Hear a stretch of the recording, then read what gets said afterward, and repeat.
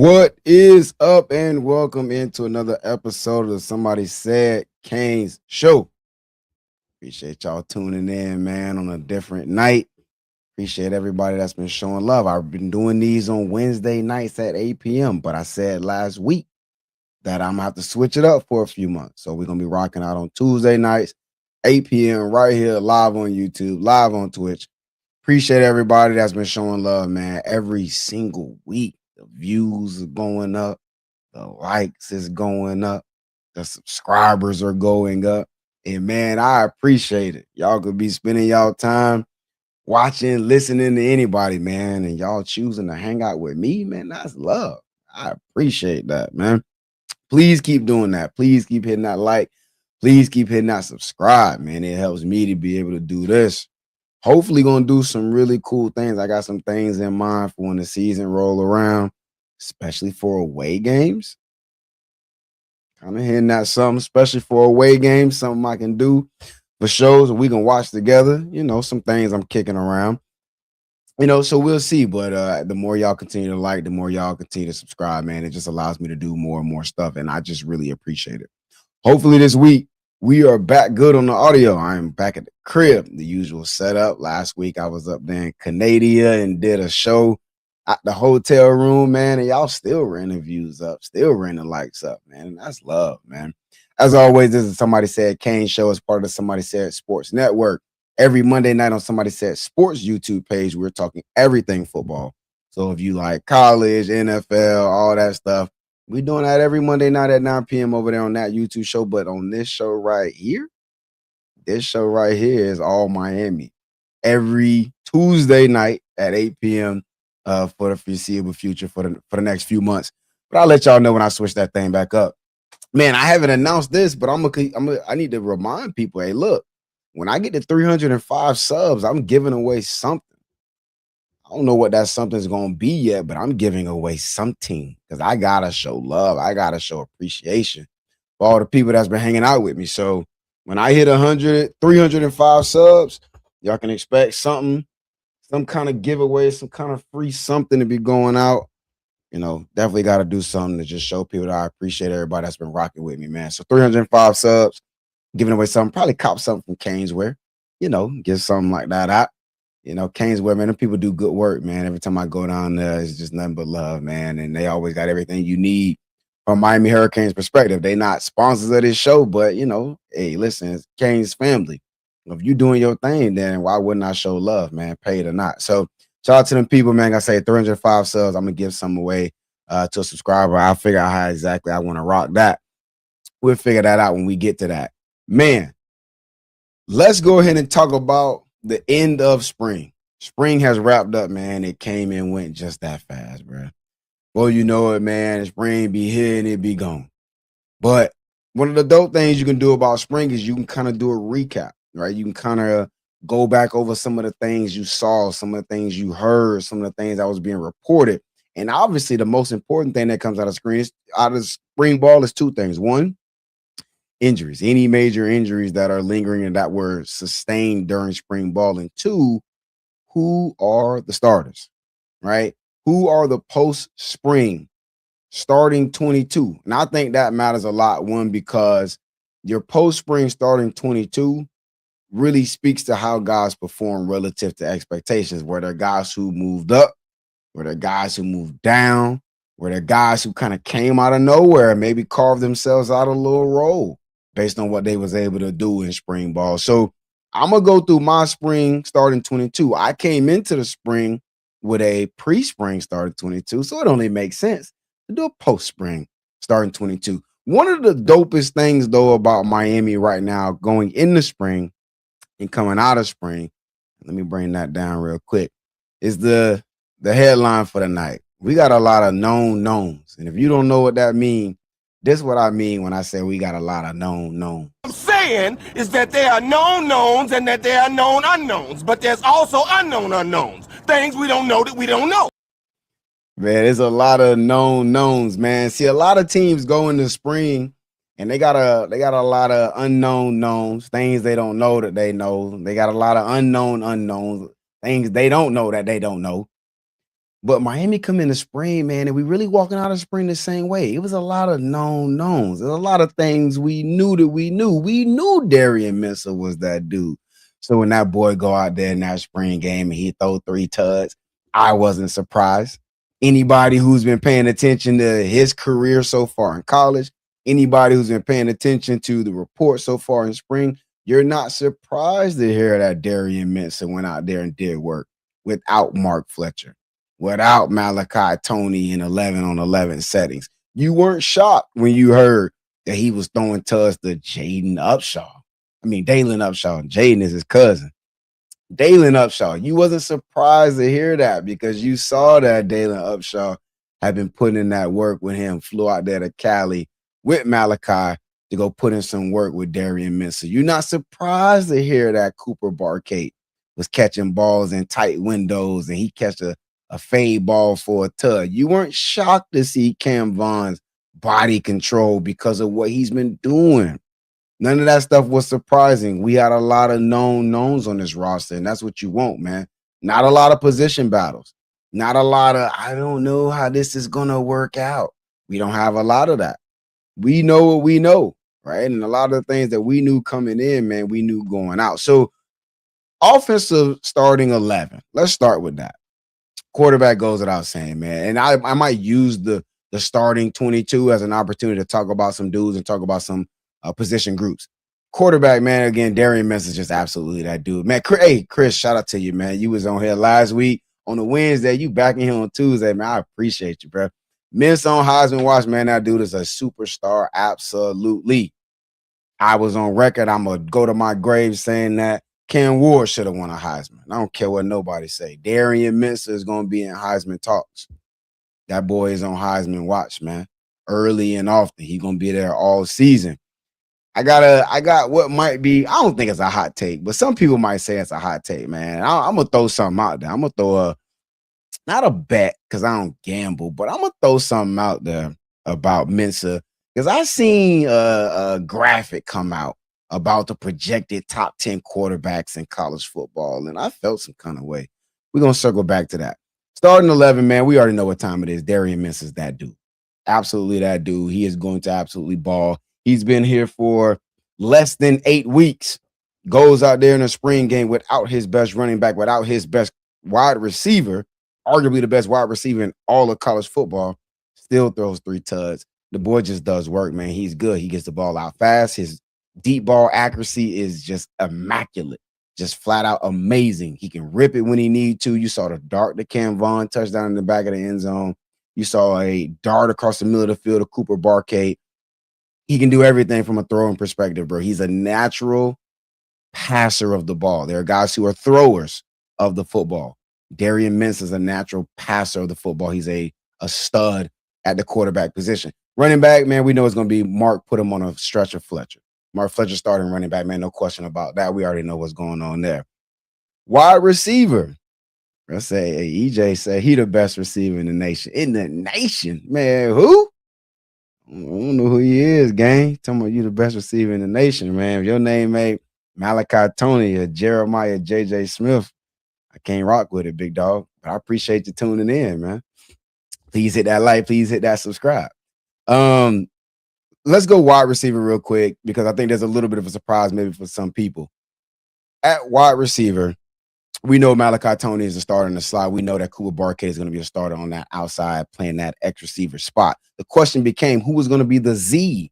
You brought in Vandrevius Jacobs, who can stretch the field. You brought in a Cam Vaughn, who's got big power 4 experience wide receiver time under his belt. But there was a guy that I had my eyes on. There was a guy that I said, I wanted this dude to take that step on this offense. And if he took that step, I thought he had one of the highest ceilings in the wide receiver room. And that young man was Josh Moore. Unfortunately, Josh seemingly might have tweaked his hamstring a little bit pre-game at the spring game. So you really didn't get to see him do what he had been doing. He's going to be fine. I think they put him on a stretcher to get him out of there. He's fine by all accounts, by everybody who's in the know, people within the facility. He's going to be fine. Josh Moore has arguably No, not arguably. Josh Moore has the highest ceiling of the wide receivers we have on the outside right now.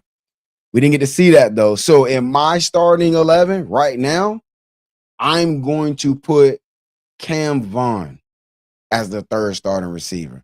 Malachi Tony, Cooper Barkay. I'm going Cam Vaughn as that third receiver, man, because I just got to see the health sustain with Josh Moore, man. He's kind of been dealing with stuff off and on, and everybody say availability is your best ability.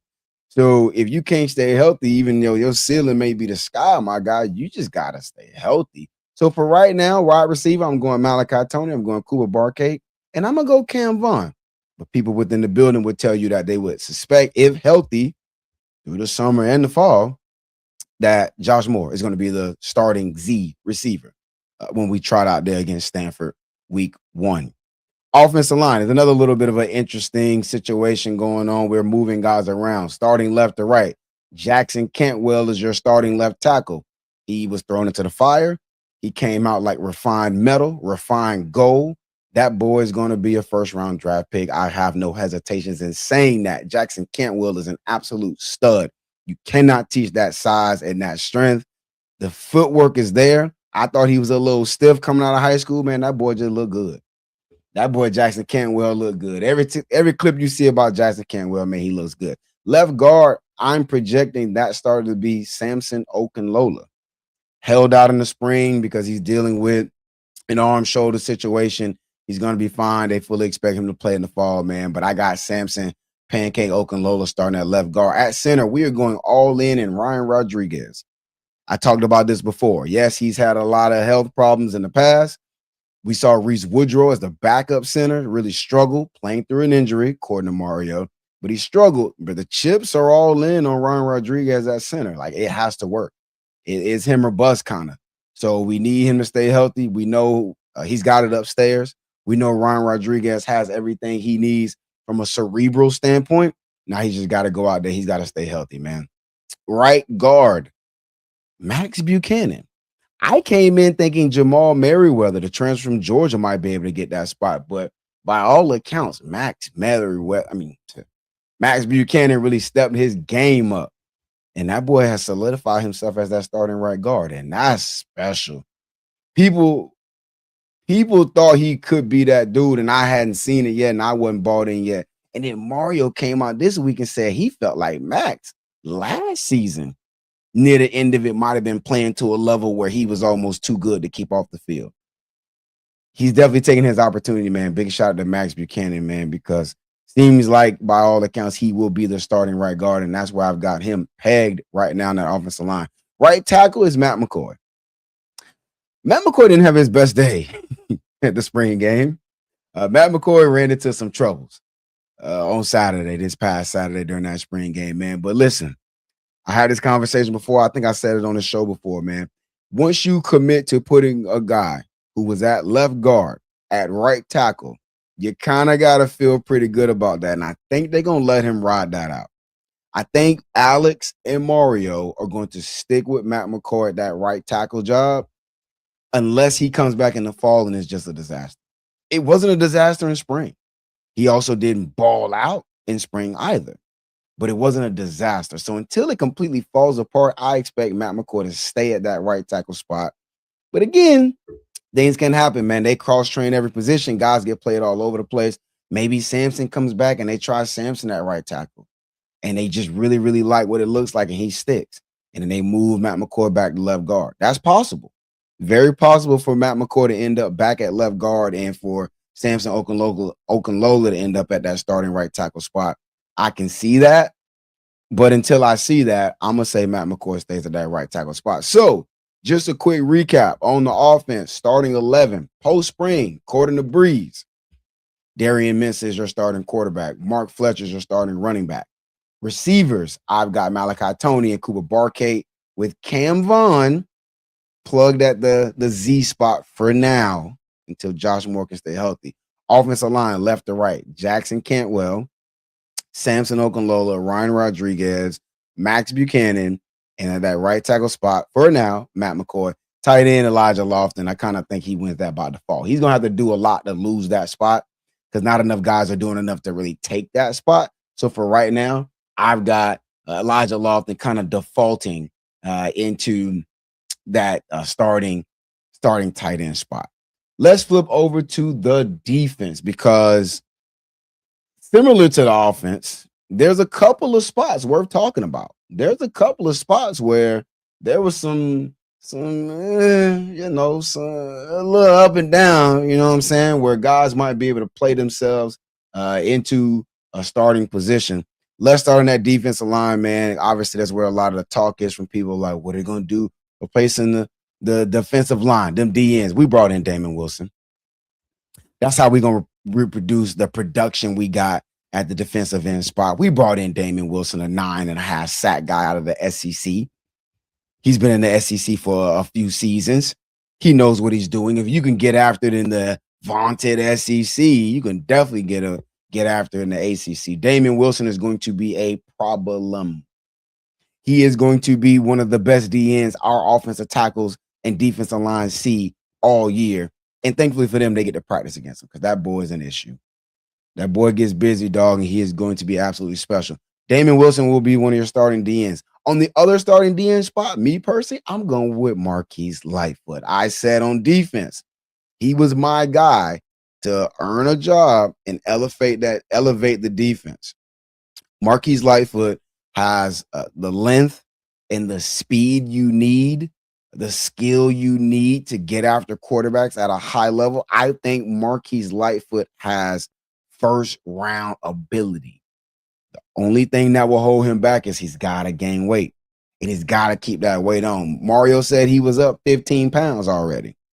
Said he's on track to gain another 15. If Marquise Lightfoot can hold that weight on, hey, man, Marquise Lightfoot can mess around and play himself into a first-round draft pick, because his speed, his length, and his skill set is special, man. It's elite stuff. And if he does that, this D-line is going to be absolutely bonkers. D-tackle, we already know. It's Ahmad Moten. Didn't play in the spring, dealing with that ankle injury, recouping from that. Next to him is going to be Justin Scott, Justin Scott's a baller. Justin Scott is a dog. Justin Scott is a former 5-star who's starting to look like a former 5-star. He's starting to look like what everybody thought he was going to be. He's an issue. They say you put that boy in one-on-ones, even against an Alex Mirabal O-line, bro, he's hard to keep. He's hard to keep a hold of, man. Justin Scott is going to have a breakout season. Record this, write it down, take a picture, whatever you need to do. Justin Scott is about to have a breakout season, dog, and I have no reservations about saying that on camera. My lives don't come down. They're going to be on my page. I will come back to this at the end of the season and clip it and show it to y'all again, man. Justin Scott is about to have a phenomenal season. Remember where you heard it. Linebacker spot right now, I got Mo Toure and Chase Smith. Chase Smith might have had the most impressive spring of anybody. And that's kind of a huge deal, man, because Chase Smith has always had the physical ability, the size, and the ability to run sideline to sideline, man. But the injuries, Chase Smith has been unable to stay healthy. And, man, this spring he did that. It seems to all be clicking. And that boy might be on deck for a special season himself. And I'm going to be honest, I didn't see that coming. I flat out didn't see that one coming. Chase Smith was not on my bingo card to end up a starter. When I did my pre-spring starting 22, Chase Smith was not a starter. Coming out of spring, Chase Smith is a starter. That man had that kind of spring, man. Shout out to him. You know, staying the course. He's been at Miami 6 seasons now, fighting through multiple major injuries. Him and Mo Toure got a lot in common, man. And I'm happy to see Chase Smith healthy and able to elevate his game. The nickel spot was another one that was a little interesting, because we was wondering who going to end up in that nickel spot. Was it going to be Omar Thornton, the transfer from Boston College, or was it going to be Bryce Fitzgerald?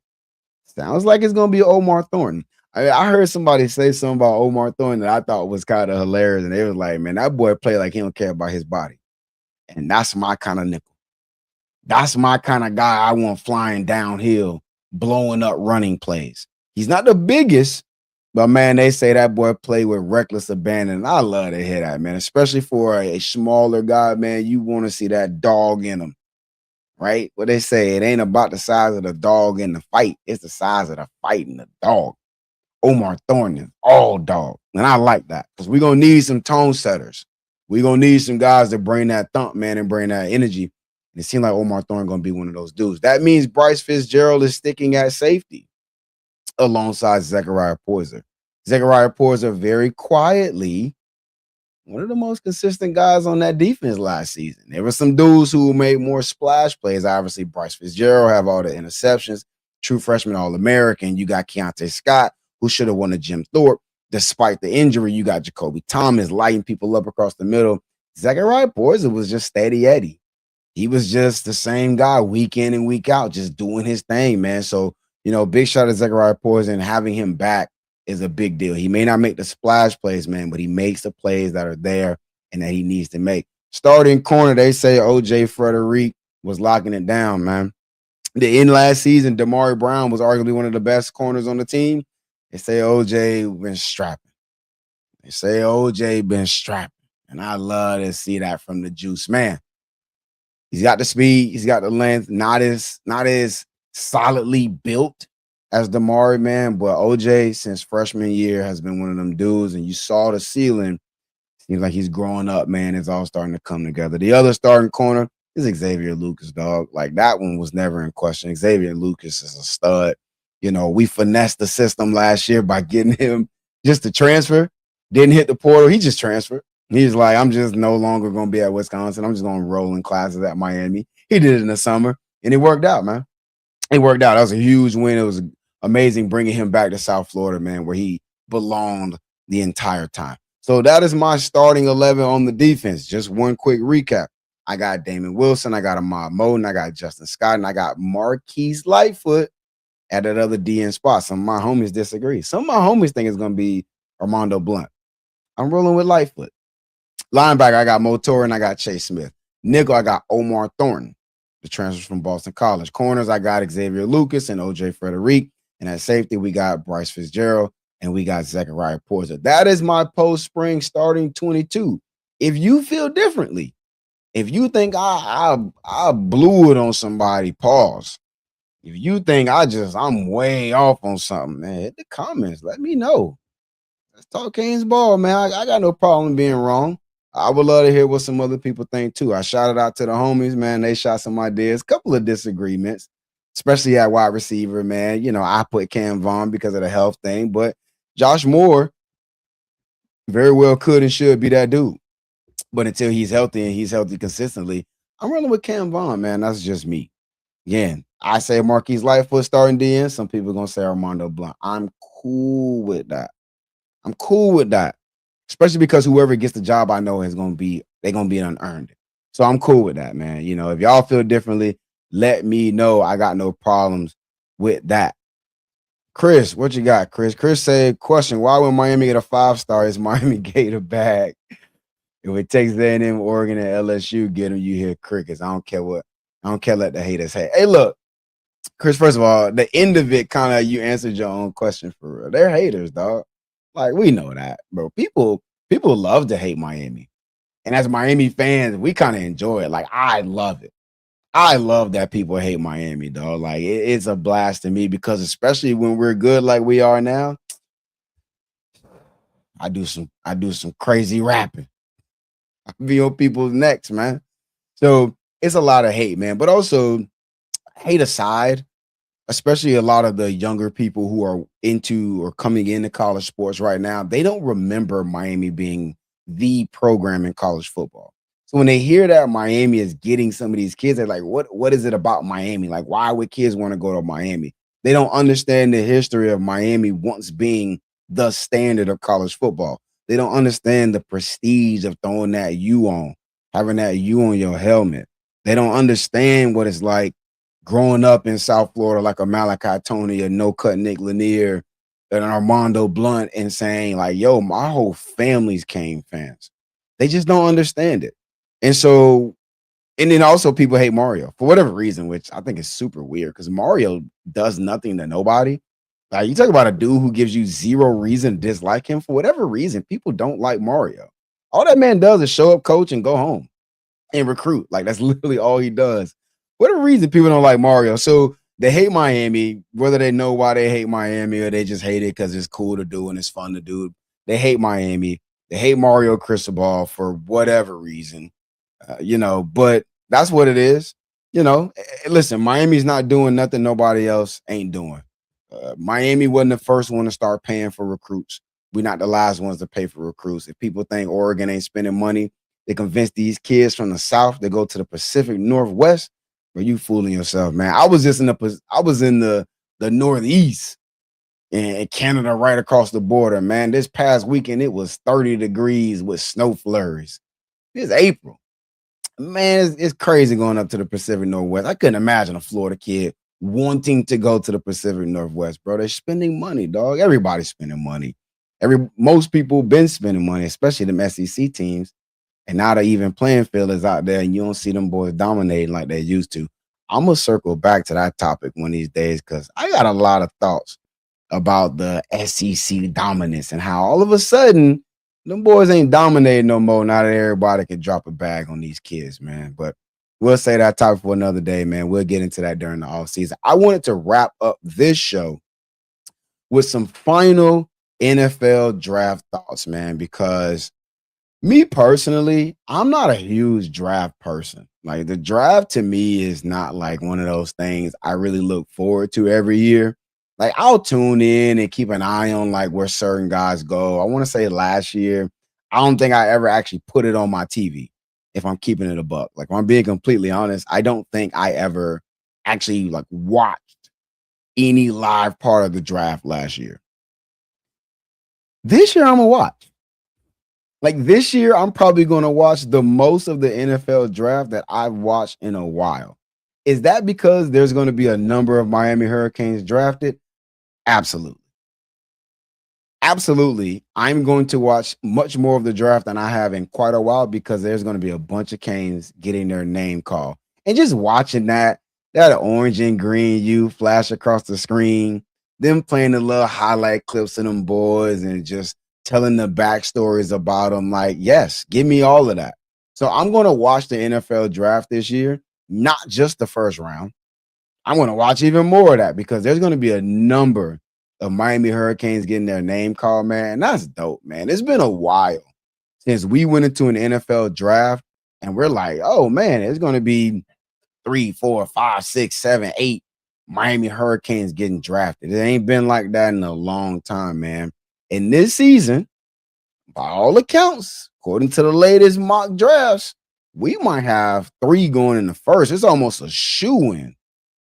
It's almost a shoo-in 3 Hurricanes get their name called on Thursday night. If you aren't in tune with when the draft is, the NFL draft is going to be this Thursday night. You see it right there on the bottom right of that graphic. April 23rd through the 25th. 3 Hurricanes are going in the first round. Francis Mauigoa and Ruben Bain are both likely going in the first round. A lot of people on the back and forth about Ruben and the arm length and all of that foolery. From the rumors, he's not sliding past the Kansas City Chiefs. From just the chatter and the murmurs that you hear, I would be shocked if Ruben Bain slides past the Kansas City Chiefs. Ruben's going top 10. Francis should be the first tackle taken off the board.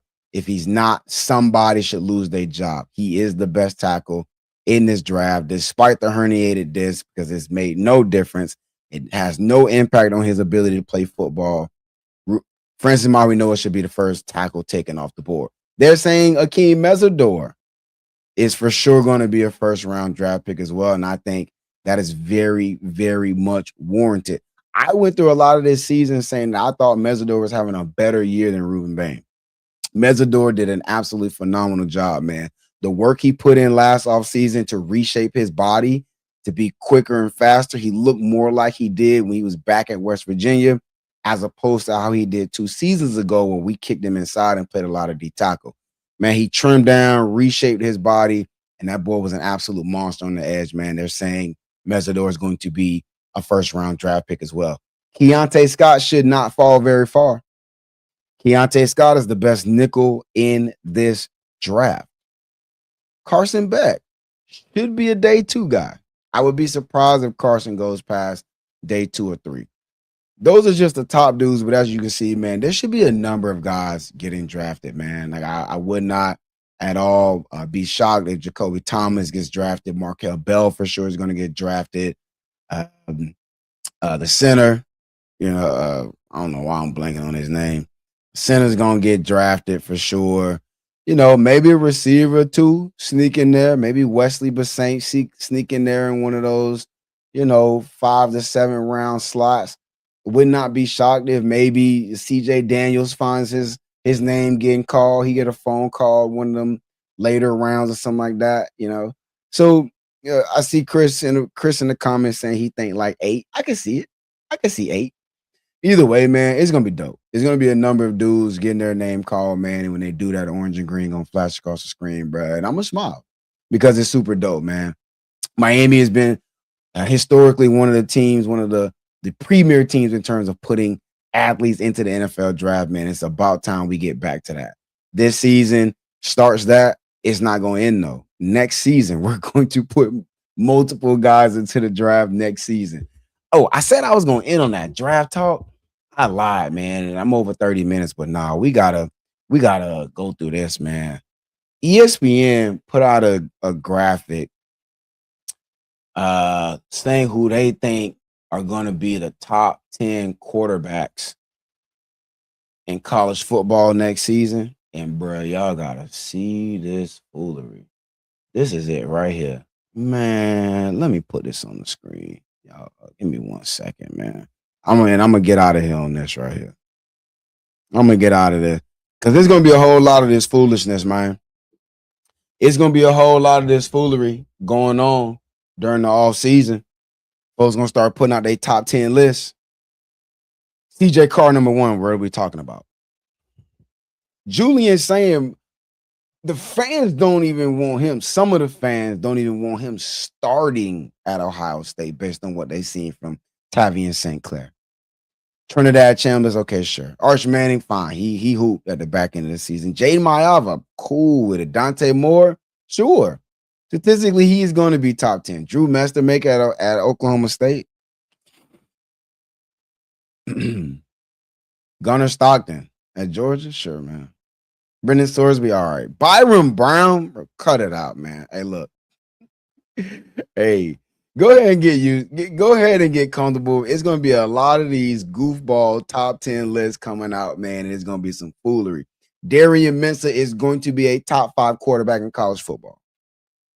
Darian Mensah is going to be one of the best quarterbacks in college football, man. In these lists this summer, some of it's just going to be clickbait. It's going to be rage bait because they want a response out of people. And honestly, I'm going to give it to some of them. Because when you see a goofball do goofball stuff, make sure they know they're a goofball.